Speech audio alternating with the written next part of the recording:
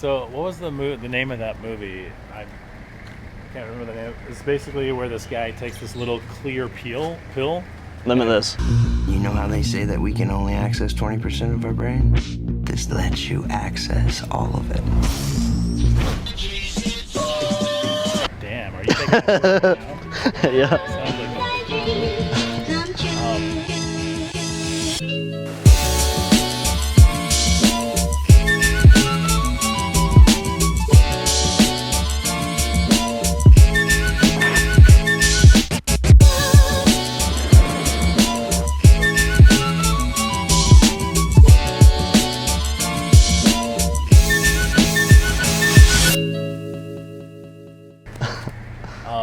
Nootropics, right? Nootropics. So are nootropics like the real deal? Are they legit? Are they BS marketing? My opinion? Yeah. Like probably BS, but like I think it would work on me. That's the problem, is I think it would work on me. Like I want it to be true. So I went to Protea, which is like a blood laboratory in Bali. Watch out for the old. Before kicking off the 30-day Ultimate Freedom Challenge thing that I was doing. And so it came back that I had high cholesterol, slightly, just borderline on all these things. I had also the pre-diabetes, vitamin B12 deficiency, but all of it, like, again, all borderline stuff here. So you're like borderline gonna die. Yeah, borderline. And so my chef was telling me that bitter gourd is something that actually increases, it's a natural way to treat like diabetes, type 1 and type 2 diabetes. Also lowers your cholesterol. It's a natural deoxidant. Reduces inflammation. Yeah, there's like all these different things. Something with cancer. And Rob, of course. So basically, like you're like borderline gonna die, and the answer is eat a fruit. Yeah. I squashed up this really bad tasting fruit, and Rob's like, well, whatever tastes bad, right? That's what they say. If it tastes like medicine, it's probably bad. It's probably good for you, right? It's gonna cure your ailments. But then you think about when you're a kid or an adult, and you're sick and you get the flu or whatever, and you take like medicine, and it doesn't like cure it or anything. Like cure it. Sometimes it kind of works, yeah. But you know, like Advil works. You can get rid of a headache, but like backache. If you got the flu, you're still gonna have like symptoms. Yeah. Well, so then the idea, I guess, is that there's these claims out there everywhere people make, and they're not like FDA regulated claims. Especially in Asia. Yeah. You can claim anything here. Like you go to a restaurant and it'll have a list of juices, and it's just like cancer cure. Sure. And like cancer in 5 minutes. Yeah, nobody's gonna say anything. But we see the stuff. Like I see the idea of the nootropics, and I just think nootropics is like just a new name someone came up with. But there's always been snake oil. Right. Yeah. So. Some of the stuff might actually work for some stuff, but they really blow it up, So it's like just take, you can't remember stuff. Take ginkgo biloba, or ginseng, or what. Like you need energy. Take ginseng. Well, for sure. It's always Asian stuff. But everybody's looking for like some kind of magic bullet or magic potion, because every human being wants to believe that magic is real. It's like, I don't know if it's like the little kid in us. So we have this very strong, it's almost like a fight in us to find magic, and we will even just give up all these signs that it's bullshit just so that we can believe it, because it gives us that feeling. It's like a little dopamine dump in our brain that makes us feel good, and you just get turned on by that. But there's also the kind of like sugar pill effect, like the placebo effect. That's true. That if you believe it, then you have your body reacts to it. There's like if there's enough that belief, then it's just like you'll get confirmation that it works just because your mind makes it so. I've heard of these studies or not a study, but these things that have happened in a lab where... Do you know anything about this stuff? No, all I really know is that they burn a candle before they go into the Buddhist temples, When I see this stuff coming from a marketing background, it's like marketing crack. It's like, oh, I could totally sell that. Yeah, I get how that works, and I could see or I could promote a product like that and make money or whatever. And I've had ideas like that come to me, just so you see something like, holy shit, that would sell like crack. But the problem is like I can't actually get behind it because I don't believe in it. It's total bullshit. I know it, but I know people would eat it up. You got to have some kind of like bounds of your, ethical boundaries that you don't cross.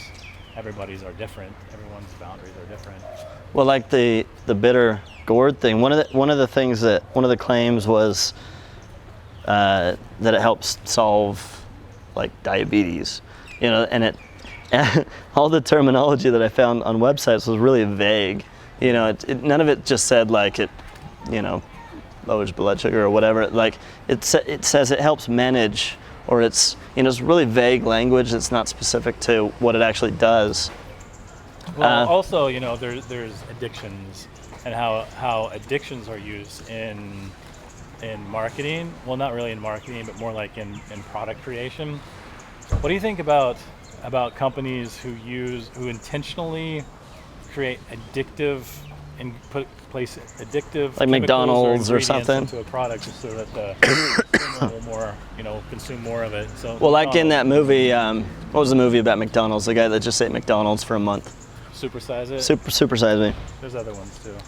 But I remember in that movie, it was like he was keeping track of how he felt, and he noticed that he would go and he would eat the McDonald's, and then he would feel great for like an hour or two, and then he would just feel so shitty, and he would just be like, I just want to go back to McDonald's. Yeah, it's like he had a crash. Just like if he were on like crack cocaine or something like that. I mean, sugar is like an obvious one that always comes to mind when I think of stuff like that. It's like more addictive than cocaine is what they always say. Well, I think part of the reason that sugar is more addictive than cocaine is not just that it's straight up more addictive. I think it's that it's the fact that all the people that you respect, your parents, your grandparents, your great-grandparents, your teachers, the church, and they have sugar and candy and everybody's smiling. Yeah, get some, try some, yeah. And then it's like a reward system as well. Like, here is a reward for doing something good. So it's like sugar is used as a reward system, and it's just dumped on you by the people that you trust the most. I mean, nothing against like religion in general, like Christianity or any other religion. But if you or McDonald's or any other religion, But Can we walk down by the river? You want to go to the river? Yeah. Watch out for the cock. There's roosters everywhere.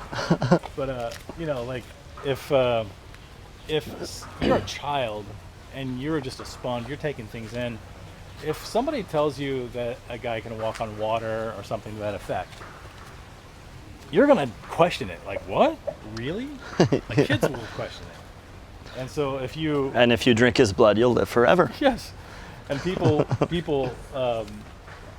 like kids will eventually believe it though, because the parents say, yes, like here's the story, and parents have been led to believe it. And again, this is not a theological sort of conversation per se. It's just. But the psychology. The psychology is that we believe things when people that we trust tell us. If a doctor says that something is good for your health, you believe that it's good for your health because you've been taught to trust these authority figures, or leaders in our communities. And I guess we should walk down there. Well, it kind of gets into these sort of just like. These are buckets, by the way, where they have birds and fish, and I think they take them out down the river here and then set them free. It's some sort of thing related to the temples here. Yeah, you can. I think it's interesting. Like when you hear there's a temple you can go to and you can buy the fish and the birds and set them free. But in my mind, I think and this fits well into this topic, because I think oh, that sounds cool. You can release the fish into the ocean and set them free. And it's like, yeah, but they kept him in captivity for that purpose. It's like we have a whole bunch of slaves that you can free, and then somebody goes out and catches them. For the purpose. One thing that's interesting to me is they did a study, I think it was wine.com, did a study, or some large wine organization, trusted organization, they did a study of wine connoisseurs and everything from average people to sommeliers to just like wine experts in the industry, and they had blind taste tests, and they did it over thousands of people, and what they found was that almost everybody, tiny little fraction of people who were outside of this, but almost everybody couldn't tell the difference between a $10 bottle of wine and like $1,000 super expensive wine, you know, other than like really cheap wine that just tastes like nasty, you know, but like nobody could tell the difference.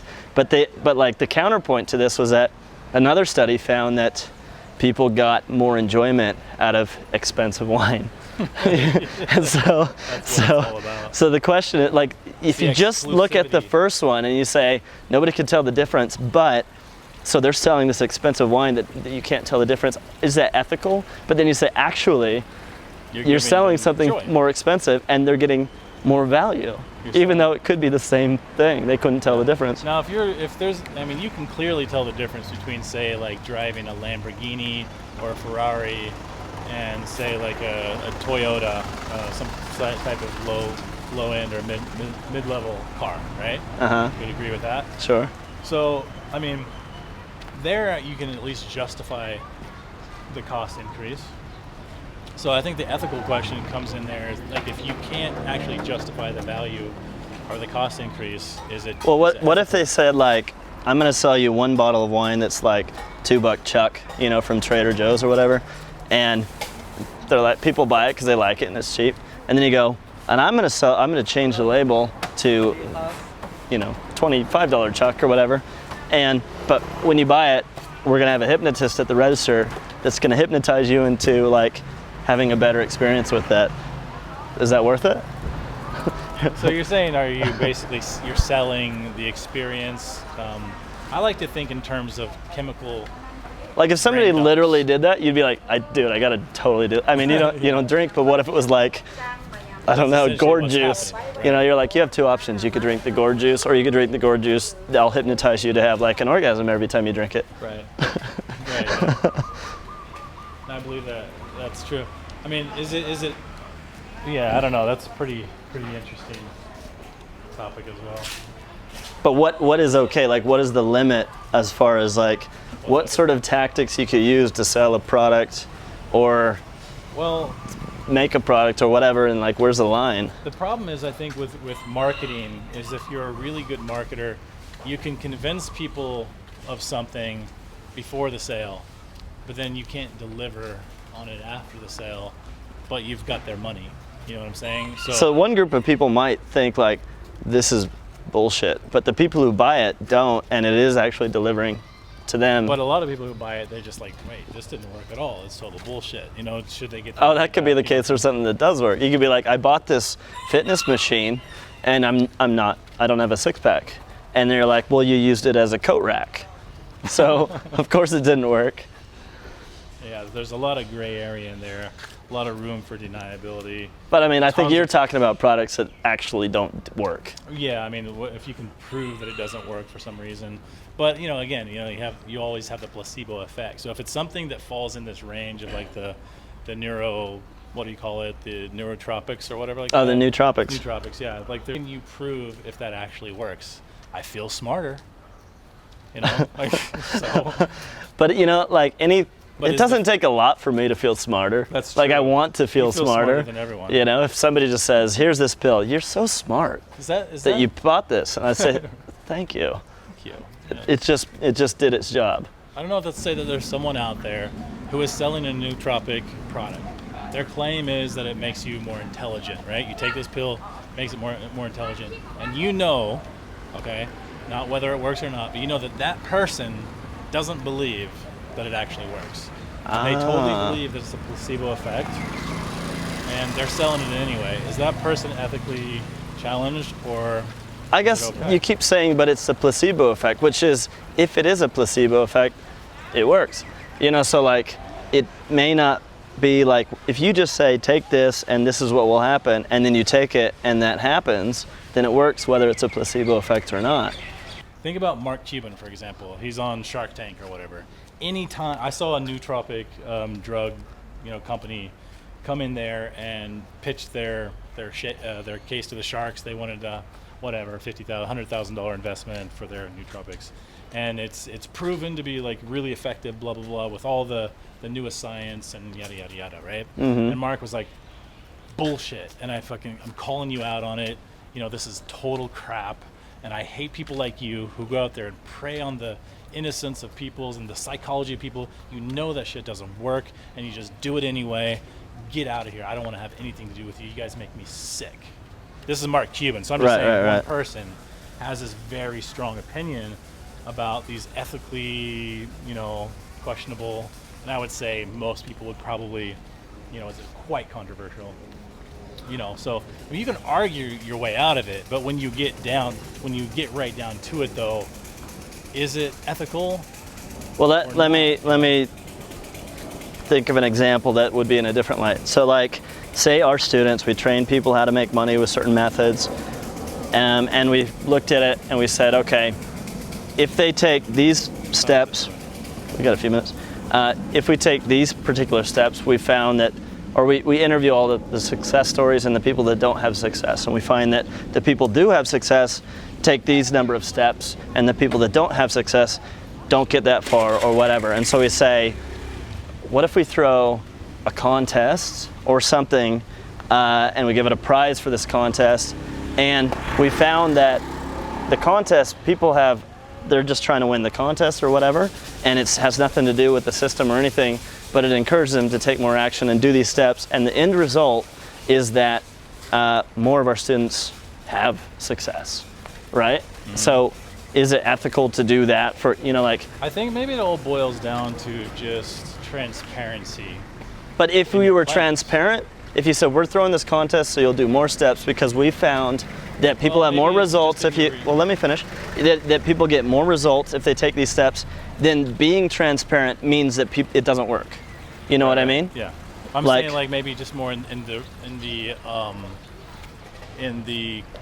after the effect, you know, after the fact, claiming the results. You know, like you can be completely transparent in your results, in your test studies or something like that. I guess it's like, in some cases it's very one-dimensional thinking. So that, like, if that's part of the thing and it actually does get better results for people because that's some aspect of it. This is why it's so controversial, by the way, because like the argument, the stance that you're taking on the argument is. I'm kind of just playing the devil's advocate. I know you very well. Like, I get it. And you can come up with all of these arguments. So I kind of like throw like Mark Cuban in there. It's if you're set on creating, you know, a sound argument that's gonna like bite back against, you know, the standard typical argument, then you can. You know, if you're an intelligent person, you can navigate your way through the conversation or through the debate in a way where people are going to be like, he's got a point, you know, and there's all these points to make. But I guess what I'm looking at, what I'm kind of getting to is like, what do you actually believe? Not your brain's ability to like argue either side, but what do you actually believe? Is it ethical or not? When you look at somebody who's selling nootropics, do you actually believe that they work or not? Here's what I believe. The person who's selling that product. Here's what I believe. So, and would you do it yourself? I think there's plenty of reasons that you could argue that it would work better because of placebo effect, etc. And all that's fine. I don't believe that anybody's actually doing it for that reason. I think if they would use that to justify selling a product they don't believe in.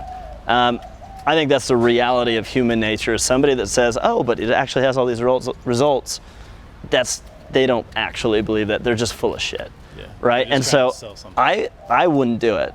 But there are cases, there's a lot of cases where the placebo effect has a big benefit, you know, like religion, for example, you know, or like there's plenty of situations where like for religion, people argue a bunch of stuff about religion and all these miracles and all this stuff, you know, where the benefit might just be that you're part of a community, you know, or something. Like the actual benefit comes from something that they don't assign it to, but it doesn't matter because their lives are better, right? You know, and so I'm more open-minded on stuff. Like I don't care what people believe in what you want as long as your life, you benefit from it, and it makes your life better and all this stuff, and it doesn't hurt other people, whatever.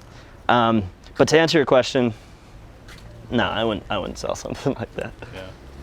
Well, you know what? Would you? I wouldn't. You know, and I go a lot based off of my just gut instincts. I wouldn't feel good about that. I know that I would be arguing myself into selling something that I don't really believe in, just because I know that I can sell that shit.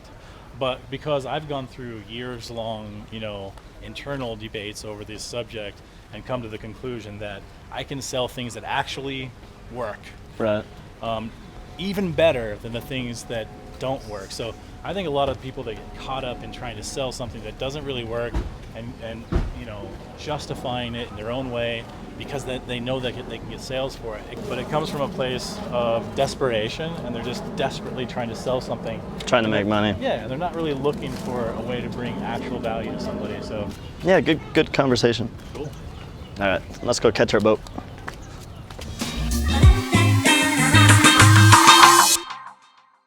Our whole world is constructed in a way where everyone is competing in every different market, every different niche. There's a million niches underneath each niche. The key is, though, is to find something that actually works